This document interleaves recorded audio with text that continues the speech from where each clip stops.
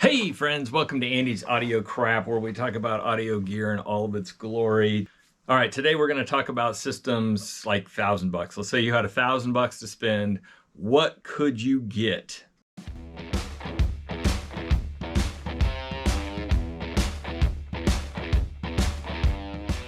This video's sponsor is Andy's Audio Crap on eBay, where you'll find used parts, new old stock, kits, and occasionally gear. Thanks for your support.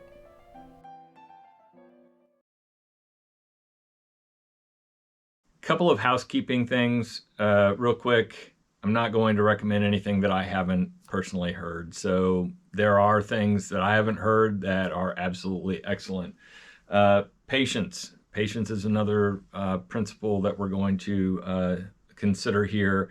If you wait long enough, over the course of a couple of months, you should happen upon some of this equipment for the prices that I'm going to show you.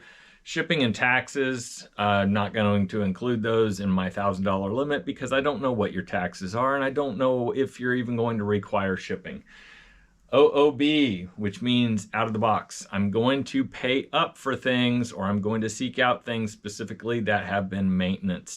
Vintage gear, do not get something that is untested or serviced when that service is just somebody sprayed some deox and put LED lights in it. The environment, this assumes you have a proper listening environment. You've invested in that. The last thing, bring your own accessories. I'm not including the cost of accessories in this. You need good cables, you need good speaker wire, you need a good power distribution. I'm going to assume that you're going to take care of that outside of these $1,000 we're going to spend. This isn't a gold list. This isn't like silver even. This is just based on what I know sounds good. Put your thoughts in the comments. I'm not calling your baby ugly. If it's not in here, that doesn't mean that it's not good. So let's roll in. First off, Marantz fans, you've got something good. So what's good that's still affordable from a Marantz perspective? I'm going to say the 1060. The 1060 is pretty good, really reliable, easy to work on, and it pairs so well with a pair of Decades. JBL Decade L26s specifically. These things are absolutely magical sounding. They can throw sound like nobody's business. Now, you folks that are JBL and Marantz fans know exactly what I'm talking about here. This is a killer combination.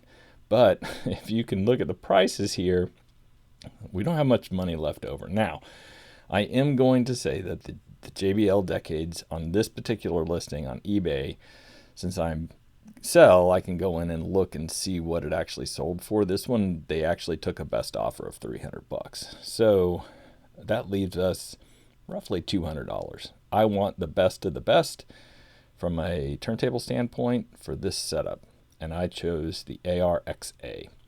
The ARXA has some inherent issues. It was a budget turntable in its day, and it starts really slow. It almost looks like it's not going to start, and but good God, dude, they sound ridiculously good. You will not find another turntable for sub $200 that sounds as good as an ARXA. Now, a really super good one, super good condition, you're going to be running $300-400, but still, you're not breaking the bank. On to the next one. This is going to be a twin fan vintage system. So a lot of manufacturers actually made twin, and what twin is basically there's two amplifiers in the box. And you're going to know this because A, they're super heavy, and B, everybody, they'll advertise it if it's a twin. So Pioneer made some, I think Marantz made some, correct me if I'm wrong, but Harman Kardon's the one that's most known in a 430 twin, even though it's only, I think it's 30 watts, might be less than that. It will just kick the tail out of some speakers. Just in case, though, let's say that we want some sensitive speakers. So let's go with the KLH Model 6. And KLH Model 6 are some really good sounding speakers. They're not like knock your socks off like the JBLs. Okay, so they are not like up to that standard, but they sound so smooth. They're just mellow, laid back, easy going. They pair super well with a Harman Kardon twin. And then on this one, I'm not, CDs aren't necessarily completely vintage yet, but if you want a killer good CD player, go look at an Oppo DVD Blu-ray player. And these things, this is what I run. So good. I mean, for the money, it is knockout good. Now, they're getting old enough now to where some of them are starting to fail. So you may have to put up with that. Get the most recent model you can afford. But here we are. We're still under $1,000. Next one is tubes.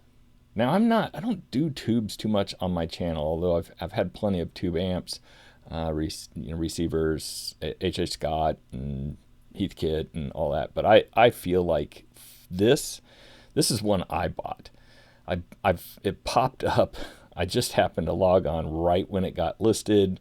It's $450 when it was listed. And when I saw the pictures, I was like, oh crap, somebody sorted this. The listing was, hey, we found this at an estate sale. We don't know much about it, right? But you see yellow caps, you see signs that, it's got newer tubes in it. You just see signs that somebody has gone through it and it was removed from a working environment. So I was like, yeah, this is easily worth way more. And when I got it, oh my God, I have never heard a completely sorted Heathkit AA100, but dude, it is just like, it is the most, I don't know what you'd call it. It's just almost, it'll give you goosebumps. It sounds that good. I have mine paired with a set of original large Advent speakers, and oh my goodness, does that pair so well. That amp with those speakers can just, it's like singing from heaven. It is just beautiful. Now, looking at the price here, we're at $450, $350. We're already $800, right? So that doesn't leave us much room for something that's going to make the music. But I chose to go over on this one because I think these are going to go down in price. And it's the Blue Sound Node N130. I think you can. I bought this one back in July, and I have no regrets at all. They go, some of the times you can find them for less than $250. Bought mine for $250. I absolutely no regrets. That thing is killer good sounding. All right, so this is the first one we're kind of going over $1,000, but I think you can do better than I did. You might not ever never be able to find a Heathkit AA100 for $450. I just got super lucky that day, but man, I've seen people walk out of the Goodwill or thrift shop. Heck, my buddy today picked up a Shearwood tube amp with the tube tuner for $75 on Marketplace. the last one working sold for $750 on eBay. So they're out there. The deals are still out there. All right, let's move to the next one. Shake the House. So Shake the House, I think everybody will know what speaker I've chose for this. I'm going to, take your bets right now. But Pioneer SA750. Okay, so we're kind of low watts. I think this is like a 45 watt amplifier, maybe 40. But I'm picking it because, I don't know, if you look one of these up and look very, very closely. It's got essentially an equalizer. It has a low, a low, a high, and a high. And then it has a loudness. So it has perfect party capabilities. And what are we going to mate it with? let's get a set of Sherwin Vegas. Now, I will say that these Sherwin Vegas sold super cheap. 160, 50 for a set of these is super cheap side, but my buddy just over the last year has picked up 2 sets of these.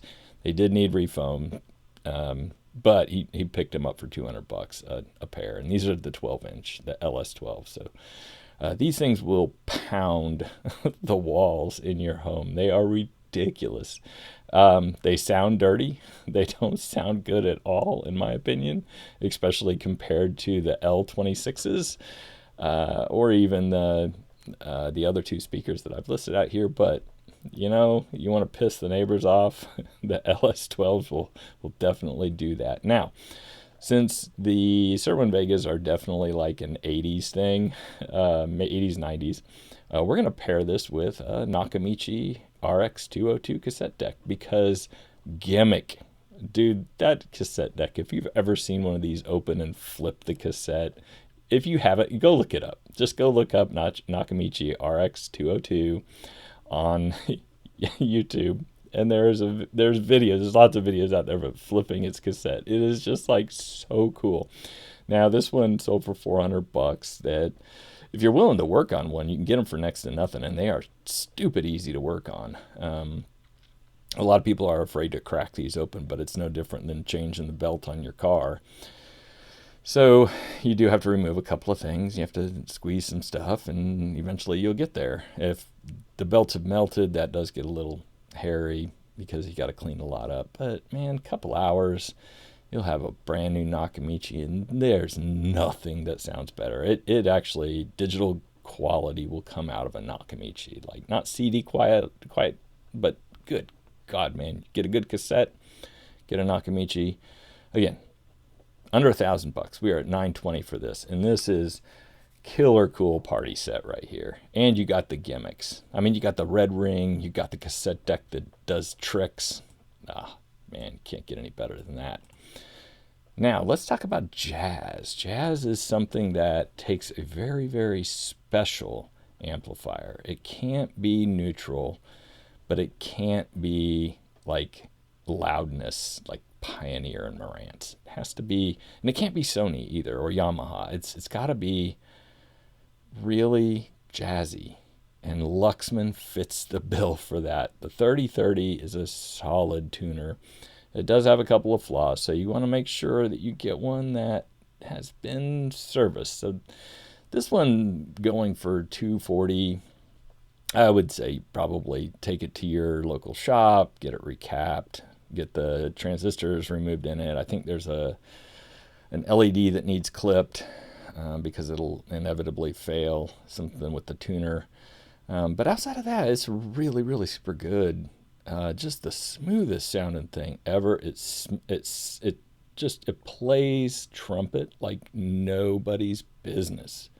I'm gonna pair it with a set of Boston Acoustics VRs, and these here, I put the M50 up here. There's a couple of versions, but these things, despite their size, will throw jazz like, it's just unbelievable how good these are at jazz. Now you throw something like, Beastie Boys at it, they sound like crap. But jazz, oh my gosh. Okay, so let's say we're playing jazz. What do we want to play jazz on? A reel-to-reel. You guys had to see this coming because of the prices of the amp and the speakers. So this is kind of the best I could do on the left-hand side here, because on the right-hand side, when we start talking about a reel-to-reel, I will generally not touch anything but the Pioneer RT series. That goes like 701 to 70 something, like 707. I don't know. There's a lot of them, but it's a 701, so it's early in the series, and this one, it says it's in working order. These are tanks, and I've accidentally left mine on. I hate to admit this. I was listening to it at work on a Friday. We went on vacation over the weekend, and when we came back Monday afternoon, it was still running, and it's not giving me any crap. So I left it running for 4 days roughly, 3 days roughly. I don't know. But this thing, it is a tank. Never been serviced. I mean, I've gone in and oiled and lubed it, but never. It still has the original caps and everything, and it sounds wonderful to my ears. But anyways, I got a lot of jazz reel-to-reels. I love them, and they sound perfect on a system like this.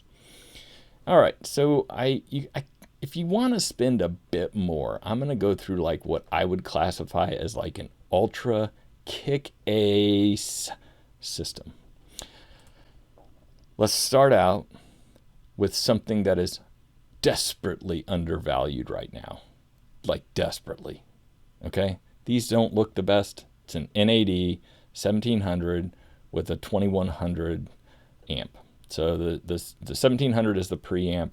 This preamp is absolutely to die for nice. The 1700 gives you headroom. If you want to get more horsepower, you can move up the scale. I think they made like a 2000 series. They get big. They get really big.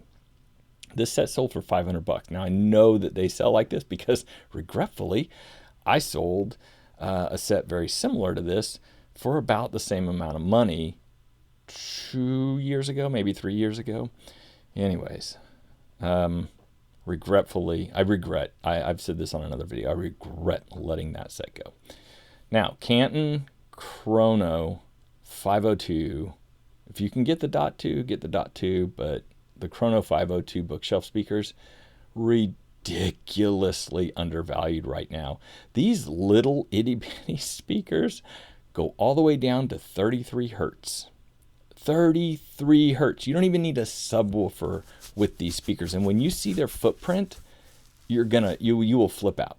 You will just flip out how small these are and what kind of sound they can throw. I think they go all the way up to 33,000 hertz. Like, yeah, just my hearing drops off at like 14,000. I couldn't even hear half the stuff that comes out of these, like literally. Okay. I'm going to go back to my tried and true Blue Sound Node to pair with these two. So that puts us at 1150. And honest to goodness, these are some of the best pieces of equipment I've heard. If you wanted to buy something that was like an absolute kick-tail system, I would definitely encourage you to look at this NAD set. Definitely get a set of Canton Chronos 502.2s. Get the Blue Node. Get the ARXA turntable. Get the Oppo Blu-ray. And then finally, get your gimmick Nakamichi. And if you can afford it, get a reel-to-reel. That setup right there with what we have listed here is like some serious bang for your buck. And if you need another set of speakers, and I would really super consider the Decade, the JBL L26s. All right, that wraps it up. I hope you guys enjoyed this video. Put in the comments, what is it? What would you buy? If you had $1,000, what would you tell somebody to buy? And be reasonable. I mean, you're not going to go get a 2270 with, some HPM 100s and, all that jazz for $1,000 anymore. Not unless you're like super lucky. My buddy was super lucky today, but it can happen. But, let's be realistic. All right. Hope you guys have a good day. Thanks.